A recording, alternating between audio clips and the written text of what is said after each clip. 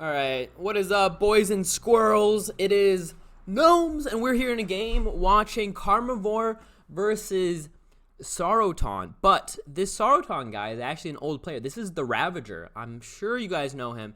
TheRavager is a very old, I believe he was an FS main back then. Very good player. One of the top players when he did play.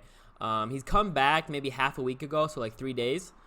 So I'm not sure if he's really fully up to snuff. But what you'll often notice, and this is why my skill ranking doesn't change too much. Like if a old player who's played for a very long time is gone for a year and then they come back, I will maybe make their ranking down by like one, by like a quarter ranking, and that's just because you have to have a kind of mindset to be a good player, where you like, it depends on how long you decide on your turns, and that's like such a big point. Is how, like, if you have the battle group, then it really is just about how long do you take to decide what to do on your turn, and how good can you do that, right?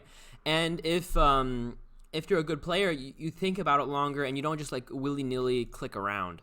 Of course, if you've been here longer and you have more practice, then a lot of these ideas might happen quicker, right? More quickly, where you don't have to wait as long, and that'll give you more time, more mental real estate to think about something else instead. But that's why often, if let's say Karmavore leaves, if TheRavager leaves, and he comes back after, I don't know, the first 3 days, I'd say he's down maybe 2 ranks. So instead of being tier 1 to me, he'll be tier 1.5. But after a week, he's back to tier 1 again, just because he's getting the flow back, and they play a lot, right? And that's also another thing, is often the really good players, which I don't see from new players as much, is the really good players, they'll just grind like a motherfucker. Like me, I personally have more of a, I kind of play like, I play a lot of games, but I play them very separated in my day. So I'll play like one in the morning, one in the midday, and one in the evening. And that kind of also doesn't help. You want to really just be grinding game after game after game, like 5 to 6 games right after each other, just so you like really get into your battle group and what you should be doing and how your mind should be working when you're thinking. Anyway, so we got that stun on the Skywing here with that. I'm gonna close the window.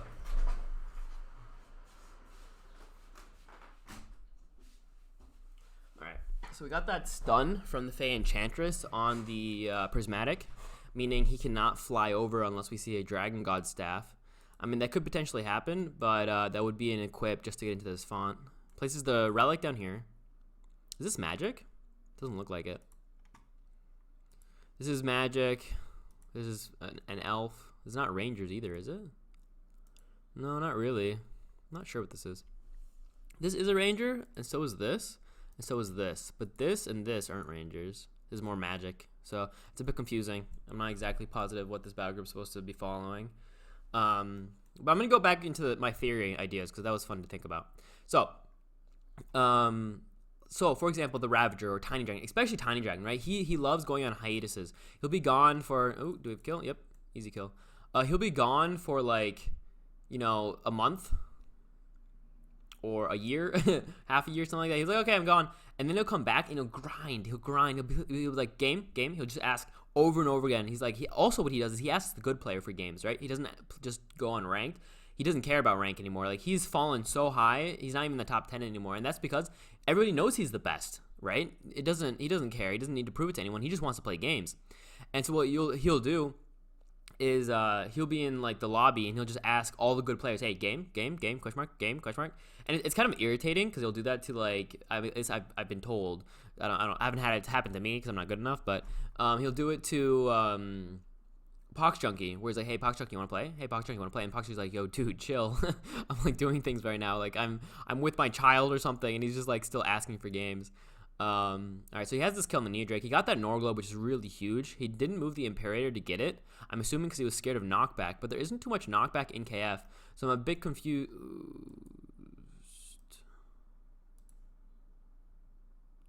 There is Tornado in KF. I don't like that move. Tornado causes grounded.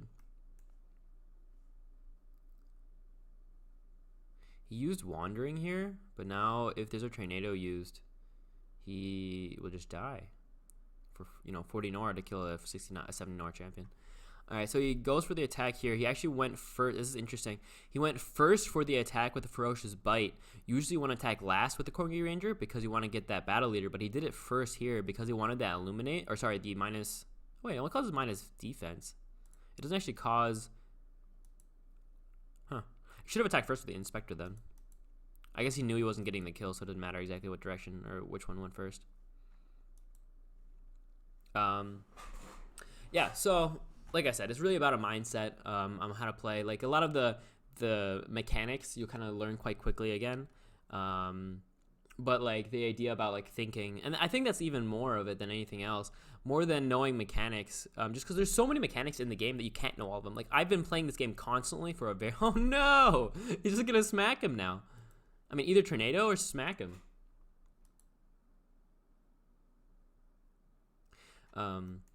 I played this game for so long, but I still, a large part of the time, I'm like, wait, is this how this works, or is this how this works? Or is this the champion with that ability? And to me, that makes it fun. Like, I like how I can play this game for so long, and champions that I've seen hundreds of times, I still have to look at, be like, what were the abilities again? Because it keeps it fresh.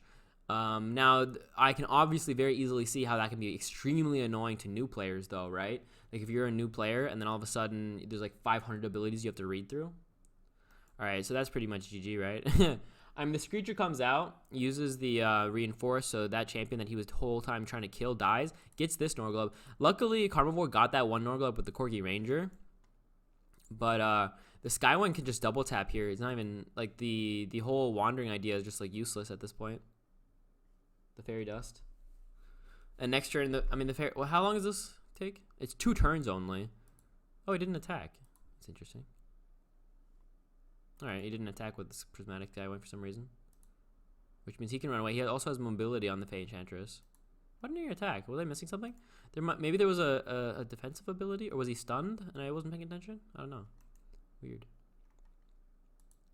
Alright, going for the Sonic Bolt now. We do have 0 defense because of the Illuminate, but he's at 60 health and SL and Oblivion Shield and Hunter Walker, so this is not a kill no matter what, right? He can stun for minus 2 more defense. He can double tap for like 12. Not even.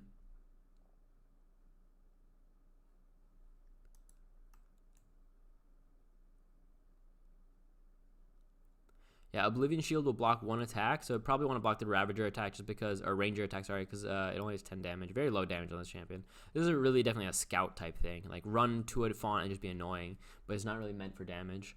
Because you have the counter attack as well as the dodge, so you don't really want to attack him from range or from melee. But he does so little damage. Often I just attack from melee. Even if I take the damage back, it really doesn't matter because his damage is so low. Alright, so this is the blocked attack. Attacks again. So it's only 9, right? Instead of 11, minus 2. And he does even less. So he does minus 4. 2 defense from the SL bonus, and then 2 defense from the Hunter Walker. So it's minus 4 damage dealt. He's at 37 health, still is doing fine. Oh, that was a misplay. That was a big misplay, in my opinion. He used the inhibit power, but you obviously, I mean, he used the inhibit power second, like after he went through the Oblivion Shield. He would have had a whole nother attack. He'd be at, he might have even been in Bane Blast range, or Grimlick's Bane range, I mean. Alright, he can now get to this font if he wants, or he can just help defend. Up to him. Put a relic down and then focus this font, maybe. I don't know. Yeah, that was such a sloppy turn. It wouldn't have mattered though. I think I doubt he had the Nora for 2 things, but if he did, he could have tapped with 1 more and then Grimlick's blasted and gotten the Norglobe, and that might have been able to swing it for him. But now the Sonic Bolt has, 11 more health than he should. I don't think it mattered too much. I think it still wouldn't have killed the Sonic Bolt. Alright, double taps here. This champion is so strong because you have that Void Shield. So look, he has resistance rank 2, but he's at full health and he has regen rank 3. So this champion is so hard to kill. And then Gravity Well. He has 80 Nora though, so it's a bit expensive. I actually like Skywings. I think Skywings are cool. I don't see him do super well often. On this map, obviously they'll always do good just because they're a flying theme. Like this map is kind of it doesn't matter as much. Like you don't say as much here on this map. Like you first of all you can split. Like I think this is an aggressive SL battle group. That's how I see them at least. Like when I think of Skywings, I think they should be played as an aggressive SL idea where you run in and you might not kill them quickly, but your champs also won't die just because they tend to have pretty low, they have high defense and low damage. But you just run in and you stay in one of their fonts, right? You have flying, so you're very mobile, and all of your champions gain the 2 AP because of that dragon flight. So your champions that reinforce will come in 2 AP quicker. So, and the Hunter Walker, so it makes them even more tanky, right? So that's how that's for this, because of this upgrade, or this, sorry, not the upgrade, but because of this passive, that's why I see them as like a aggressive battle group, to be honest, that should reinforce and like just stay in the font because they get that extra defense and they get that extra AP. And you have these guys with the initiative. Harbinger comes out, attacks once. He should be dead here though, right? He might, if he gets both Norglobes, he might be able to return this, right? Because if he can kill this Sonic Bolt and then get this Norglobe as well as this Norglobe, and then maybe deploy up here to defend, or do something to stop these guys from getting to his top font, he can do okay here. This guy's pretty tanky. Oh, he's going to even get the Battle Leader proc, right? 12? Yeah, he should. But he won't get the Norglobes. He had to double tap here because he only has 7. Wait, what? Oh, did he not have a hinder movement up? Maybe. I wasn't sure what just happened there. Only 4 damage taken from Wisp and 3 from the Ranger. Oh, that's why. Holy cow. Took so little from the Ranger. Man, SL, look at that damage, dude. The Sonic Bolt last turn was attacked 3 times. And it took 8, 9, 10, 11, 12, 13, 14, 15. It took 15 damage from 3 attacks. Crazy. Because of the Sandstorm, right? Sandstorm, SL bonus, 2 defense. This guy's just chilling. Fuck yeah. Oh, that's funny. And he's against KF, which has generally the lowest damage. Like other than maybe FS and KF have the lowest base damages generally. Other than you count like fucking Ranger Elite, all right, but that doesn't count. Oh no! Oh no! Bloodthirsty Blade coming out. He's just chilling now. He can't kill him. He doesn't have Shatter. There is Shatter in KF. Is there Spot Shatter? Can I think of any? Spot Shatter. He's doing 3 damage. Ah, that's funny. 3 damage? No, wait. Let's see. Spot Shatter in KF. I don't think so. Can I think of any? I know in SP there is. Reforge, right? There's Reforge, so you can do that. Oh, wait, that's SL. Fuck. Wrong one. Alright, immunity. Alright, so he dies. There's 2 Norglobes here. Can he ever kill? If he shatters the Sonic Bolt, gets the kill, and then... There's the Shatter, but he doesn't have Invig, so he can't do it now. He can't do it this turn. He needs to Invigorate the Artisan so he can move up 1. Give him 3 AP. Look at all these guys. 5 flying champions all just surrounding this one poor Wisp. You guys know those pornos where there's like one little white girl and there's 5 black dudes? That's like what this is. I'm not saying I watch those pornos. I'm just saying.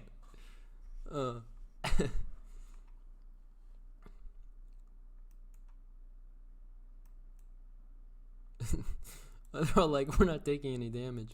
And the poor Wisp is like, help me. Oh, that's funny. Oh, he got the kill on the Screecher, but he didn't move in to get the kill with the Ranger, or he couldn't maybe with the hinder movement. He just double tapped, got the kill. But all right, so there's a Norglobe. I'm so decent, dude. If these Norglobes get taken, like if he has any way to kill the Sonic Bolt and get all 3 of these Norglobes, he's doing fine. Okay then. All right, does this mean he surrenders? Or he's saying, this is my last stand. It's one of those 2 ideas. So the reason he attacked was actually for that Ferocious Bite to give it -5 defense, which I'm fine with as an idea too. But both these Norglobes go over, and I think that makes it GG. Like, he could have brought it back with this Cephal idea, right? By giving them all the defense and getting these Norglobes, and then deploying, and then moving forward. Because this guy is so strong. But this is, what, 20 Nora in Norglobes?